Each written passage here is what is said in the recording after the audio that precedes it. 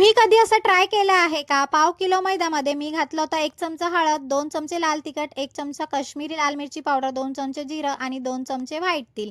या सगळ्यांना मी घातलं होतं या मैद्यामध्ये आणि त्यानंतर चवीपुरतं मीठ घातलं होतं. मग मस्त असं मिक्स करून घेतलं आणि थोडं-थोडं पाणी घालून मी त्याची अशी घट्ट अशी कणिक मळून घेतली होती. 1 चमचा नंतर मी तेल घातला होता आणि त्याला रेस्ट करण्यासाठी म्हणून झाकून असं 15 मिनिटं मी साईडला ठेवून दिलं होतं.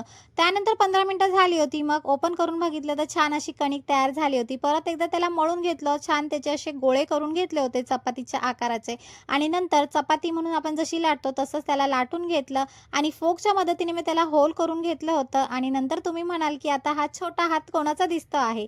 तर हा आहे माझा आयू. मम्मीला बघून मदत करायला आला होता. त्याला म्हटलं, "चल ठीक आहे, आता पुढचं मी करते." आणि जी चिरणी असते ना, त्याच्याने आपल्याला हे कट करून घ्यायचे आहे. शंकरपाळ्यासारखं कट करायचं आहे. तेल तापवायचं आहे आणि मीडियम फ्लेमवर आपल्याला त्याला छान असं तळून घ्यायचं आहे. कुरकुरीत होईपर्यंत हे छान लागतं चहाबरोबर स्नॅक्स. आयुषला खायला दिलं होतं. आयू पण खाऊ एकदम खुश होता. चलो बाय.